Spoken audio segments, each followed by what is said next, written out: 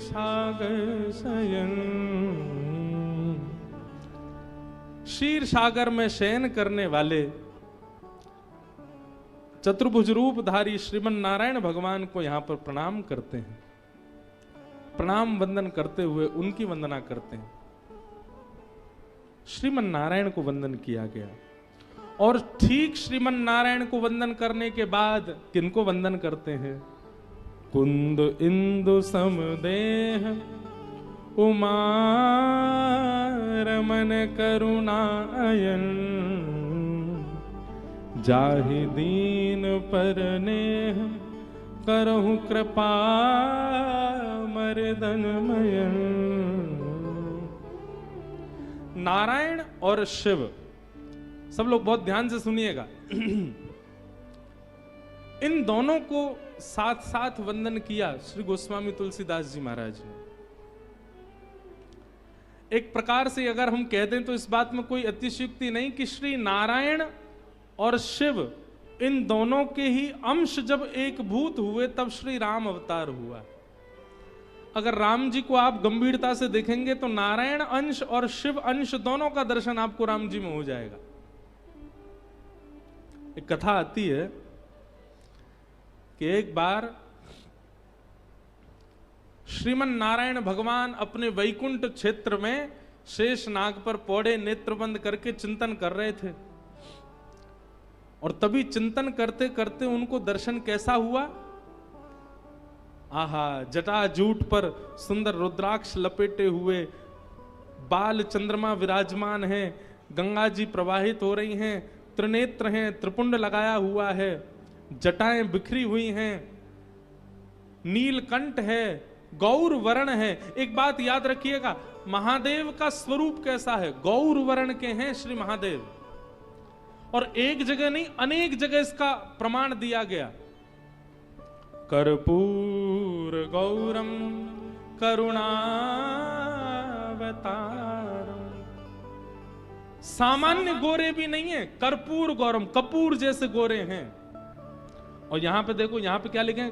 कुंद इंदु समदेह। बिल्कुल श्वेत पुष्प के भांति महादेव का स्वरूप है। ध्याये नित्यम महेशम रजत गिरिनिभम। रजत किसको कहते हैं? चांदी को। चांदी के पर्वत के समान चमकते हैं श्री महादेव। यानी कि महादेव का स्वरूप कैसा है? गोरे हैं महादेव। श्याम वर्ण, नील वर्ण, कहीं होगा उसका वर्णन आदि आदि हो तो हो, पर अगर एक बात आपकी स्थिति बताता है, अगर आप बहुत भजन करते हैं, बहुत कथा सुनते हैं, सत्संग करते हैं, तो आपका भजन, आपकी कथा, आपका सत्संग ये कितना फल रहा है, ये आपके स्वप्न की स्थिति से पता चलेगा। किस प्रकार के स्वप्न आपको आते हैं? स्वप्न में यदि भूत दिख रहे हैं, प्रेत दिख रहे हैं, स्वप्न में यदि आपको सर्प दिख रहे हैं, सर्प में मरे हुए लोग दिख रहे हैं, स्वप्न में बिना सर वाले लोग दिख रहे हैं, तो इसका मतलब क्या है? कहीं ना कहीं क्रोध, कहीं ना कहीं काम, कहीं ना कहीं लोभ, मोह, ईर्ष्या, द्वेष, ये जितने भी संसार के विषय भोग हैं, इन सब की मात्रा आपके चित्त में बहुत ज्यादा बढ़ गई है। इसलिए स्वप्न की स्थिति में आपको दूषित दर्शन हो रहा है। आपका भजन बढ़ेगा, आपका सत्संग बढ़ेगा, तो आपको स्वप्न में या तो नाम सुनाई देगा, लीला दिखाई देगी, धाम का दर्शन होगा। हम कह रहे हैं प्रत्यक्ष ठाकुर जी ना दिखें, लेकिन धाम दिखेगा, वृंदावन दिखेगा, रामेश्वरम दिखेगा, हमारे श्री रंगनाथ भगवान दिखेंगे, गोवर्धन दिखेंगे, बद्रीनाथ दिखेंगे। प्रत्यक्ष ठाकुर जी ना दिखें, धाम दिख रहा है, इसका मतलब आपका भजन, आपका सत्संग फल रहा है। स्वप्न में धाम भी नहीं दिख रहा, लेकिन भगवत भजन करने वाला कोई वैष्णव दिखाई दे रहा है, कोई कथाकार दिखाई दे रहे हैं, कोई संत दिखाई दे रहे हैं, कोई भजनानंदी महात्मा दिखाई दे रहे हैं, तो भी समझो कि आपका भजन फल रहा है। शुभ आयुध दिखाई दे रहे हैं, ठाकुर जी का त्रिशूल दिखाई दे रहा है, महादेव का, भगवान की श्रृंगी दिखाई दे रही है, बाल कृष्ण प्रभु की वंशी दिखाई दे रही है, ये आयुध दिखाई दे रहे हैं, या भगवान के शुभ चिन्ह दिखाई दे रहे हैं, तो भी आपका भजन फल रहा है। और पीत वर्ण दिखाई दे रहा है, पीला रंग, श्याम वर्ण दिखाई दे रहा है। इन वर्णों से भी शुभ संकेत पता किया जा सकता है कि आप ठाकुर जी के भजन में रत हो चुके हो। और जहां भय हो, जहां भयभीतता का अनुभव होता हो, जहां पर वो दिखता हो जो नहीं दिखना चाहिए, यह भी आपकी मन की स्थिति बताता है कि आप कितने पानी में हो। इसलिए स्वप्न मिथ्या नहीं होते। महादेव बोले हमने तो स्वप्न में देखा कि आप हमसे मिलने आ रहे हो। भगवान बोले हमने भी देखा कि आप हमसे मिलने आ रहे हो, हमसे तो रहा नहीं का, हम भी दौड़े। महादेव बोले हमसे भी नहीं रहा, हम भी दौड़े। दोनों ने परस्पर आपस में चर्चा की। महादेव और नारायण इतना प्रेम करते हैं एक दूसरे से। तुरंत भगवान ने हाथ पकड़ा और कहा चलो थोड़ी देर मानसरोवर में क्रीड़ा करते हैं। और ठाकुर जी और महादेव दोनों मानसरोवर में गए और मानसरोवर में थोड़ी देर तैरने लगे, थोड़ी देर जल उछालने लगे, कभी कोई क्रीड़ा करें, जल क्रीड़ा दोनों करने लगे। वर्णन करते हैं कि जल क्रीड़ा करते करते करते करते करते हजारों लाखों वर्ष बीत गए। ना भूख लगी, ना प्यास लगी, ना निद्रा आई, और दोनों पृथ्वी के संचालन करता एक दूसरे के साथ क्रीड़ा में लगे हैं। ब्रह्मा जी ये लीला देख करके बोलने लगे हो गया काम। पृथ्वी का पालन संहार उत्पन्न करने वाले दोनों क्रीड़ा में व्यस्त हो गए हैं। अब इस सृष्टि का कल्याण कैसे होगा? अच्छा, दोनों इतने तत्पर होकर के क्रीड़ा कर रहे थे कि कोई बीच में उनको रोकने जाए भी तो पहले घबरा जाए। बोले कहीं इन्होंने अगर गुस्सा में हमको देख लिया तो हमारा तो होगा, अब गोविंदाय नमो नमः हो जाएगा। तो महादेव ब्रह्मा जी इंद्र से कहें तुम जाओ। इंद्र कहें बोले मैं क्यों जाऊं? वरुण देव को भेज दो। वरुण देव कहें मैं क्यों जाऊं? पवन देव को भेज दो। पवन बोले मैं क्यों जाऊं? सबको अपना जीवन प्यारा। बोले इन दोनों के कार्य में विक्षेप डालने का मतलब है कि अपने जीवन से हाथ धोना। ब्रह्मा जी बोले वो सब तो ठीक है, लेकिन इन दोनों को रोका नहीं गया तो सृष्टि का पालन कैसे होगा?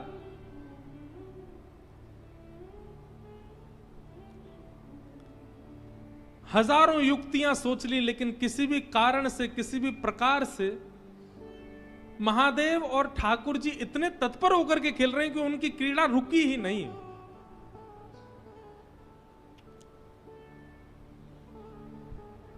तभी ब्रह्मा जी ने आवाहन किया, किनका?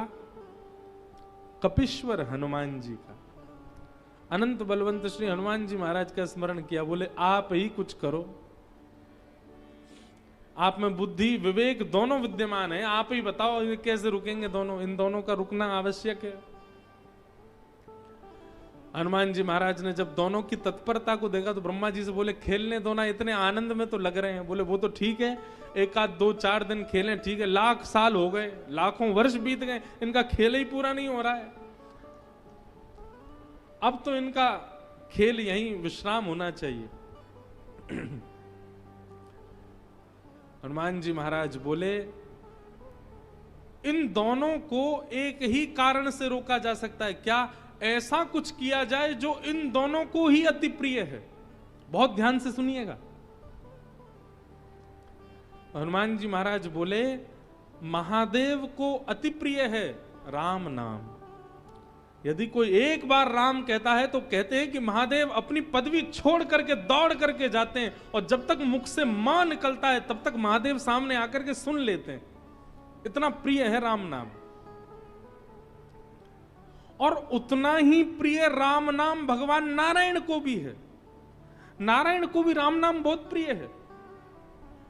सब देवता हनुमान जी के सामने बैठ करके बोले शंकर जी को राम नाम प्रिय है, ये सुनकर के तो हमको ज्यादा आश्चर्य नहीं हुआ, ये तो बात सिद्ध ही है। पर नारायण भगवान तो स्वयं राम ही है, उनको राम नाम प्रिय क्यों है? नारायण भगवान को राम नाम प्रिय क्यों है? को प्राप्त किया, इसी नाम के आश्रय से ध्रुव ने इनको प्राप्त किया, इसी नाम के आश्रय से गोस्वामी तुलसीदास जी इनको प्राप्त करेंगे। भगवान कहते हैं कि बिना नाम आश्रय के भक्त मेरे समीप नहीं आ सकते। इसलिए भगवान को अपना नाम ही बहुत प्रिय है। क्यों? ये नाम ही सबको समेट समेट करके मेरे पास लेके आता है। इसलिए ठाकुर जी को अपना ही नाम बहुत प्रिय है। एक व्यक्ति ने मुझसे प्रश्न किया, बोले महाराज जी, दुनिया के लोग राम जी के सामने ही जाके चिल्लाते हैं जय जय श्री राम, राम जी को अच्छा लगता होगा? उन्हीं का नाम उन्हीं के सामने जाकर के चिल्लाने से राम जी को प्रिय लगता होगा? कि मेरे चरणों का आश्रय प्रदान किया, इसलिए मुझे मेरा ही नाम बहुत प्रिय है। हनुमान जी महाराज बोले राम महादेव को भी प्रिय है और राम नारायण को भी प्रिय है। और तुरंत हनुमान जी महाराज ने अपने हाथ में करताल धारण करी और करताल धारण करके श्री हनुमान जी महाराज ऊर्ध्वबाहु होकर के मान सरोवर पर राम नाम संकीर्तन करने लगे। श्री राम जय जय राम, श्री राम जय जय राम, श्री राम जय राम जय जय राम,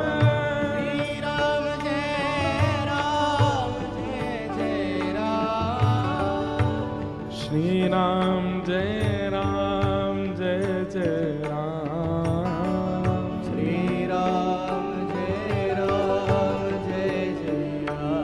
श्री राम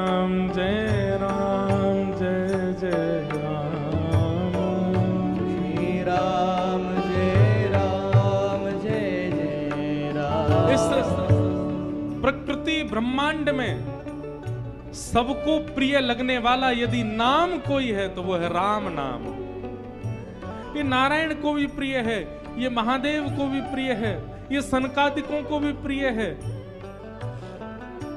ये हनुमान जी को भी प्रिय है, जगदम्बा पराम्बा श्री सीता जी को भी प्रिय है, श्री लक्ष्मण जी को प्रिय है, भरत जी को प्रिय है। अरे भैया और कहां तक कहूं, ये राम नाम हमारे वृंदावन बिहारी लाल को भी प्रिय है और श्री किशोरी जी को भी प्रिय है, अति प्रिय है राम नाम। वृंदावन में भी जब कोई राम कहता है तो राम शब्द में दोनों युगल प्रकट हो जाते हैं। रा कहते ही श्री किशोरी जी राधा और मां कहते ही माधव। राम जब आप कहते हैं तो एक प्रकार से आपका युगल नाम संकीर्तन हो जाता है, इसलिए राम नाम सबको प्रिय है।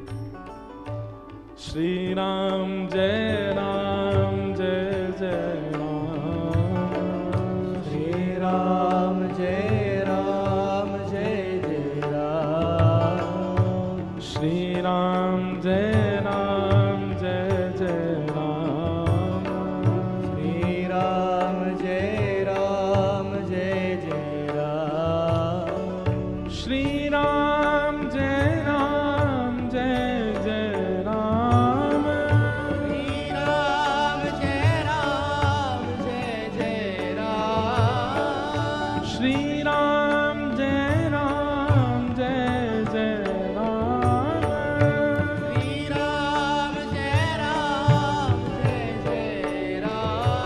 श्री राम जय जय राम, श्री राम जय राम, श्री राम जय जय राम, श्री राम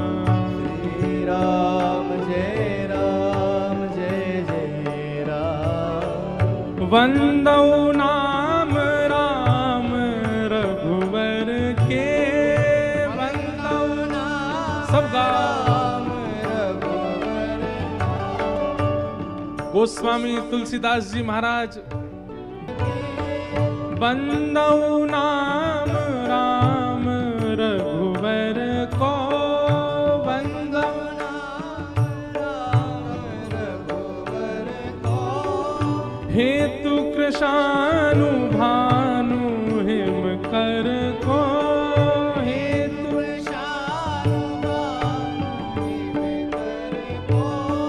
महामंत्र जोई जपत महेशु,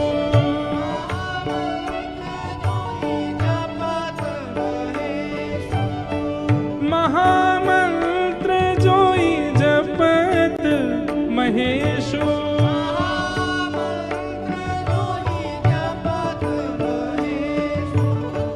काशी मुक्ति हेतु उपदेशु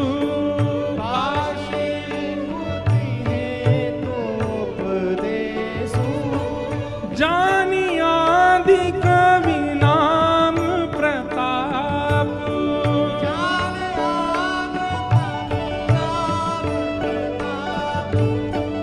भयउ सुध करी उलटा जापू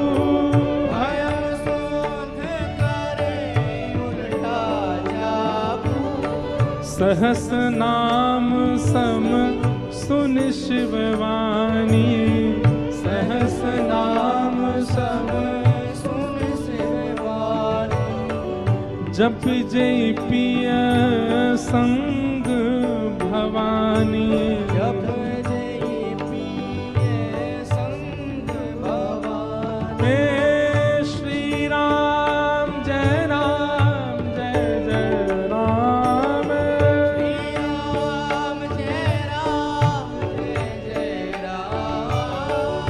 श्री राम जय राम जय जय राम श्री राम जय राम जय जय राम हर्ष हेतु हेरी हर ही को हर्ष हेतु हेर हर ही को किए भूषण तिय भूषण ती को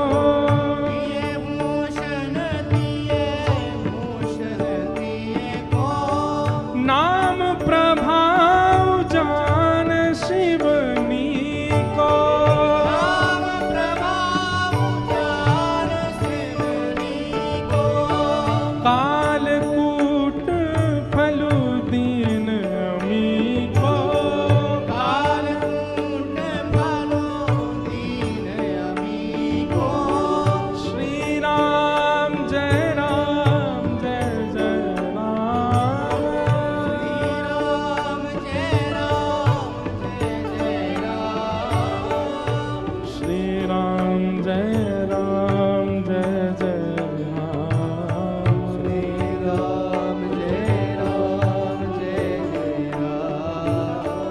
श्री राम जय राम जय जय राम श्री राम जय राम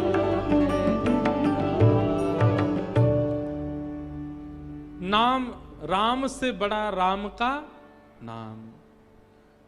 जैसे ही हनुमान जी महाराज ने मान सरोवर पर बैठ करके नाम का गुणगान गाना प्रारंभ किया, राम नाम की ध्वनि को प्रारंभ किया करने लगे, और वही राम नाम जब नारायण भगवान ने श्रवण किया नेत्र बंद हो गए, और उस नाम के सहारे चरणों को प्राप्त करने वाले समस्त भक्तों का चिंतन नारायण भगवान के चित्त में प्रकट हो गया, उनकी क्रीड़ा भी वहीं विराजमान हो गई।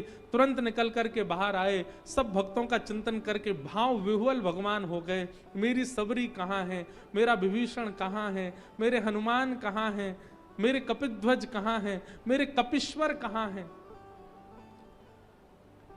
और उस नाम के प्रभाव से लाखों वर्षों से चली आ रही वो क्रीड़ा वहीं विराजमान हो गई। सब देवताओं ने हनुमान जी को प्रणाम किया। हनुमान जी महाराज बोले, हमें प्रणाम मत करो, प्रणाम करना है तो राम के नाम को प्रणाम करो, नाम को वंदन करो। भैया सही बात तो ये है कि हम सीधे भगवान को जानना चाहते हैं, नाम का आश्रय हमने लिया नहीं है। सही बात तो यह है कि नाम का आश्रय ले लीजिए, नाम ही आपको ठाकुर जी को जना देगा। नाम में इतनी सामर्थ्य है, नाम इतना श्रेष्ठ है। तो श्री गोस्वामी तुलसीदास जी महाराज ने पहले तो नारायण को वंदन किया, और नारायण के ठीक तुरंत बाद कुंद इंदु समदेह उमारमन करुणा अयन जाहि दीन पर नेह करो कृपा मर्दन मयन, महादेव को वंदन किया। और महादेव को वंदन करने के बाद, नारायण को वंदन करने के बाद, गणपति को वंदन करने के बाद फिर वंदन किनको कर रहे हैं? वंदौ गुरुपद कंज कृपा सिंधु नर रूप हरि महामोह तम पुंज जासु वचन रवि कर निकर वंदौ गुरु पद पदम परागा। ऐसे ही गाओ, बिना ताल के गाओ। सुरुचि सुवास सरस अनुरागा। सुरुचि सुवास सरस अनुरागा। अमीय सुरी मय चूरन चारु। अमीय मय चूरन चारु। समन सकल भवरज परिवार। समन सकल भवरज परिवार। गुरु को वंदन किया। बंधुओं, गुरु कौन है? जैसे ठाकुर जी ने हम सब का निर्माण तो किया, हम सबको नेत्र प्रदान किए, नासिका प्रदान की, जिह्वा दी, कान दिए, हाथ दिए, पैर दिए, सकल शरीर प्रदान किया ठाकुर जी ने। परंतु इस शरीर से अपना कल्याण करने का जो मार्ग है वो गुरु ही बता सकते हैं। सीधी बात है, रसोई घर में टमाटर भी हैं, आलू भी हैं, भिंडी भी हैं, नमक भी है, मसाले भी हैं, मिर्च भी हैं, सारी व्यवस्थाएं हैं, पर उन व्यवस्थाओं को व्यवस्थित करके साग बनाना जो सिखाए वो गुरु है। भगवत प्राप्ति की सारी व्यवस्थाएं भगवान ने हमको जन्म से देकर के भेजी हैं। ठाकुर जी ने हाथ दिए, पैर दिए, नेत्र दिए, नाक, कान, सब कुछ प्रदान किया है ठाकुर जी ने। ये सब वह वस्तु हैं जिनसे भगवत प्राप्ति बड़ी सहजता से हमें हो सकती है। मतलब सब्जी सारी दे के भेजा है ठाकुर जी ने हमको, पर सब्जी को बनाना गुरु सिखाते हैं। इन नेत्रों से हम कैसे ठाकुर जी का दर्शन करें, कानों से कैसे श्रवण करें, हाथों से कैसे सेवा करें, चरणों से कैसे प्रदक्षिणा करें, यह तो गुरु सिखाएगा। अब देखो, हमारे सामने सब संगीतज्ञ महामुनिंद्र बैठे हैं, जो भैया वायलिन बजा रहे हैं, भैया बेंजो बजा रहे हैं, ये हमारे महाराज जी तबला बजा रहे हैं। सारे साज एक से बढ़कर के एक हैं। ये भैया कीबोर्ड बजा रहे हैं, कीबोर्ड 2-4 लाख रुपए का आता होगा बाजार में। वायलिन भी 1.5-2 लाख रुपए का तो आता ही है, बेंजो भी इतने का ही आता होगा। सबकी कीमत बहुत है, सबका स्वर एक से बढ़कर के एक है, सब बहुत महंगे हैं और सब एक दूसरे को आकर्षित करने वाले हैं। परंतु अभी ये वायलिन भैया छोड़ करके हमारे अनुज जी बजाने लग जाएं, इसमें स्वर कैसा निकलेगा फिर?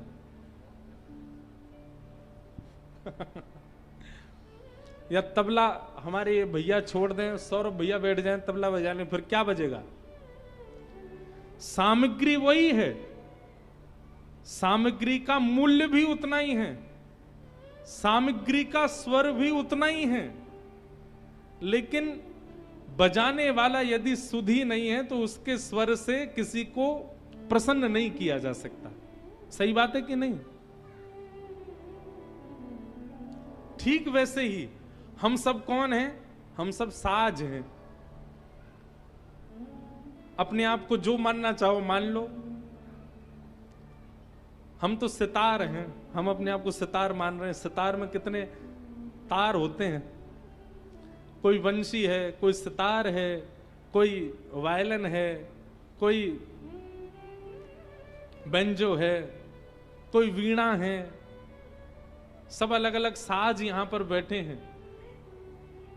हम सबको ठाकुर जी ने परिपक्व बना करके भेजा, हमारे अंदर कोई कमी नहीं है, बिल्कुल बढ़िया हैं हम, लेकिन बस हमारे तारों को झंकृत करने वाला एक गुरु जीवन में आ जाए। हमारे इंद्रिय रूपी एक तार को भी झंकृत कर दिया, उसी तार के स्वर से ऐसा स्वर प्रकट होगा जिस पर वाहवाही संसार नहीं, जिस पर वाहवाही स्वयं श्री राम करेंगे। और जिस दिन राम जी ने वाहवाही कर दी उसी दिन हमारा इस संसार में आना सार्थक हो जाएगा। तो गुरु कौन है? ये सब गुरु बैठे हैं सामने, इनके सामने जो साज हैं, ये सब साज प्रिय इसलिए लग रहे हैं क्योंकि गुरु के द्वारा इनका वादन हो रहा है। और यही इन्हीं को हटा करके कोई और आकर के इनका वादन करने लग जाए, इनके स्वर से कोई रीझ नहीं पाएगा। ठीक वैसे ही हम हैं। हम आप सब लोग कभी सेलिब्रिटियों के अधीन हो जाते हैं, कभी संसार के विषयों के अधीन हो जाते हैं, कभी संसार की किसी वस्तु के प्रति अधीन हो जाते हैं। हमारे तार झंकृत तो होते हैं, दुनिया वाहवाही करती है, ठाकुर जी नहीं करते। ठाकुर जी वाहवाही कब करते हैं? जब किसी गुरु के अधीन हो जाते हैं। और जैसे हम किसी गुरु के अधीन होते हैं, हमारे इंद्रिय रूपी स्वर का जब जैसे ही तार छेड़ता है गुरु, आहा,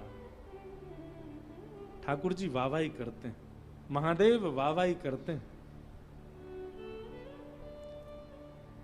मीराबाई हमारी आपकी तरह ही थी, उनकी भी आंखें थी, उनकी भी नाक थी, उनकी भी जिह्वा थी, उनकी भी 2 भुजाएं थी, 2 पैर थे, कंठ था। हमारी जैसी ही थी मीराबाई, लेकिन केवल गुरु आश्रय मिल गया। और गुरु आश्रय की वजह से भाई छोड़या बंधु छोड़या छोड़या जग सोई, साधुअन संग बैठ बैठ साधुअन संग बैठ बैठ, लोक लाज खोई रे मेरे तो गिरधर गोपाल, दूसरो न कोई, दूसरो न कोई। और देखो, एक सूरदास नामक भी हुए, उनका तो एक तार भंग था, नेत्र थे ही नहीं उनके। हम तो सारे तारों से युक्त हैं, हम जो साज हैं, पर सूरदास रूपी एक साज था, उनका तो एक तार था ही नहीं, लेकिन एक श्रेष्ठ गुरु प्राप्त हो गए।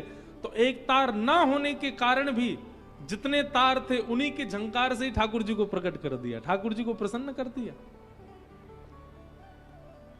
अष्टावक्र 8 जगह से वक्र थे, लेकिन गुरु कृपा से वक्र होने के बाद भी ठाकुर जी की कृपा से उनको प्राप्त हो गए। आहा,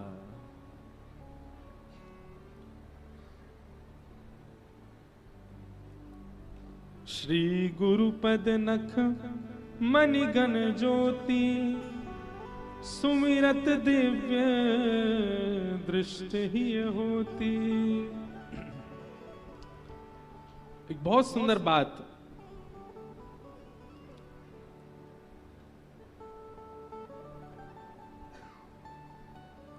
श्री गोस्वामी तुलसीदास जी महाराज अपने मंगलाचरण में कहते हैं ना, वंदे बोधमयं नित्यं गुरुं शंकर रूपिणं, यमाश्रितो हि विक्रोपी यमाश्रितोऽपि वक्रोऽपि चंद्रः सर्वत्र वन्द्यते। कितनी सुंदर बात। गोस्वामी तुलसीदास जी महाराज कहते हैं, वंदे बोधमयम नित्यम गुरुम शंकर रूपिणम। मैं अपने गुरु स्वरूप श्री शंकर जी को वंदन करता हूं। शंकर हैं, ये तो उनकी विशेषता है ही, पर गुरु रूप हैं। यहां गुरु की महिमा बता रहे हैं। सब लोग सावधानी से इधर देखो, ध्यान पूर्वक सुनो। गोस्वामी जी महाराज कह रहे हैं कि गुरु कैसे होते हैं? बोले गुरु की कृपा कैसी होती है? कि यमाश्रितो ही वक्रोपी चंद्र सर्वत्र वंद्यते। अरे मैं उन गुरु की शरणागति लेने की बात कर रहा हूं जिन महादेव गुरु के शरण में वक्र चंद्रमा गया। कैसा चंद्रमा? बोले टेढ़ा चंद्रमा। वक्र चंद्रमा जिन गुरु महादेव की शरण में गया, वो वक्र चंद्रमा भी जिन गुरु की शरण में जाने के बाद सब विद्यते, सबके दृष्टि में आ गया। महादेव कैसा चंद्रमा धारण करते हैं? पूर्ण चंद्रमा नहीं, वक्र चंद्रमा। जबकि वक्र टेढ़ा एक प्रकार का दोष है, और पूर्ण चंद्रमा नहीं है, अर्ध से भी छोटा चंद्रमा, बाल चंद्रमा धारण करते हैं। इसका मतलब नहीं है पूर्ण गुणवान चंद्रमा धारण नहीं करते महादेव। कैसा? बोले थोड़ा सा दृश्यमान चंद्रमा है, केवल थोड़ा सा गुण है उसके अंदर, उसको अपने सिर पर धारण करते हैं। भाई यही गुरु कृपा है, जिनकी शरण जाने पर हम भले ही थोड़े से गुणवान हो, भले ही हमारा स्वरूप वक्र हो, हम टेढ़े हो, हमारे अंदर दोष भरे पड़े हो, पर गुरु शरण में जाने का ये प्रभाव मैंने देखा कि वक्र चंद्रमा महादेव के चरणों में गया, और महादेव के चरणों में जाते ही उस वक्र चंद्रमा का दर्शन सबने किया। उस सबके लिए पूजनीय हो गया, सबके लिए वंदनीय हो गया, सबके लिए दर्शनीय हो गया। ऐसे गुरु चरणों में मैं प्रणाम करता हूं, गुरु की मैं वंदना करता हूं। गुरु पद रज मृदु मंजुल अंजन, नयन अमीय द्रग दोष विभंजन, तेहि कर विमल विवेक विलोचन, वर्णो रामचरित भवमोचन। गोस्वामी तुलसीदास जी महाराज कह रहे हैं, मैं जिस रामचरित्र का दर्शन करके अपनी लिपिबद्ध कर रहा हूं, ये मेरे दर्शन की सामर्थ्य नहीं है। तो फिर किसी ने कहा कि हे गोस्वामी जी, आपको ये रामचरित्र कैसे दिख रहा है? गोस्वामी जी कहते हैं, गुरुपद रज मृद मंजुल अंजन, मैंने अपने गुरु की चरण रज को अंजन यानी कि काजल बनाकर के अपने नेत्रों में लगाया है, और गुरु कृपा से ही मुझे ऐसी दृष्टि प्राप्त हुई जिससे मैं रामचरित्र का दर्शन करके लिख पा रहा हूं। बंधुओं, गोस्वामी जी से एक बात सीखिएगा। वैसे सीखने को तो 1000 बातें हैं, पर एक विशेष बात सीखिएगा। क्या? गोस्वामी जी ने संपूर्ण मानस में एक जगह भी स्वयं को श्रेय प्रदान नहीं किया राम यश लिखने में। गोस्वामी जी ने एक बार भी ऐसा नहीं किया, ऐसा नहीं कहा कि ये यश मैंने लिखा, ये यश मेरे चिंतन में आया, ये भाव मेरे द्वारा प्रस्तुत किया गया। नहीं, हर जगह गोस्वामी जी महाराज अपने गुरु की कृपा को ही श्रेष्ठ बता रहे हैं। भगवत प्राप्त व्यक्ति का यह लक्षण होता है कि वो अति विशिष्ट क्रियाओं को करने के बाद भी अपने ऊपर श्रेय नहीं लेता है। गोस्वामी जी महाराज कह रहे हैं, मेरी सामर्थ्य नहीं कि मैं लिख सकता, ये तो मेरे गुरु की कृपा है, जिन गुरु कृपा से मुझे ऐसी दृष्टि प्राप्त हुई कि मैं ठाकुर जी का यश लिख पाया हूं। तेहि करि विमल विवेक विलोचन, वर्णो रामचरित भव मोचन। और देखो एक बात और, गोस्वामी तुलसीदास जी की वाणी में एक बात आपको बहुत अच्छे रूप से देखने को मिलेगी, बहुत ध्यानपूर्वक सुनिएगा। क्या? पहली बात तो गोस्वामी जी जो कुछ भी लिखते हैं उसमें श्रेय अपना नहीं मानते हैं कि मैंने लिखा है, अपने गुरु का श्रेय मानते हैं।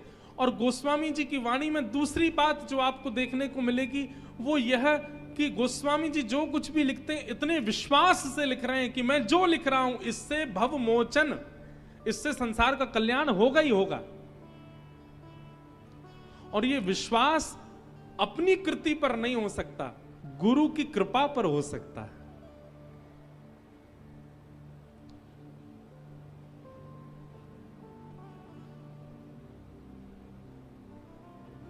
जो कोई ले तुम्हारी शरणा, तुम रक्षक काहू को डरना। किस विश्वास के आधार पर गोस्वामी जी इस बात को कह रहे हैं कि ये हनुमान जी, आपकी जो शरण लेगा उसको किसी से डरने की आवश्यकता नहीं। हनुमान जी भी कह रहे होंगे एक बार मुझसे तो पूछ लो कि मेरी शरण में आने वाले को इतना निर्भीक होने की आवश्यकता क्या। गोस्वामी जी किसी से नहीं पूछ रहे हैं, सीधा लिखते जा रहे हैं और इस विश्वास के साथ लिख रहे हैं कि मैं जो लिख रहा हूं इससे कल्याण होगा होगा होगा। क्यों? ये मेरी कृति नहीं है, ये मेरी गुरु कृपा है, ये मेरे गुरु का आशीर्वाद है। मुझे अपनी गुरु कृपा पर भरोसा है कि जो इसका आश्रय लेगा उसका कल्याण होगा। तो गोस्वामी जी की वाणी में दो बातें आपको बार बार देखने को मिलेंगी। पहला तो अपने आप को श्रेय नहीं देते, अपने गुरु को श्रेय प्रदान करते हैं। और दूसरी बात, जो भी लिखते हैं इतने विश्वास के साथ लिखते हैं कि इससे कल्याण होगा ही होगा।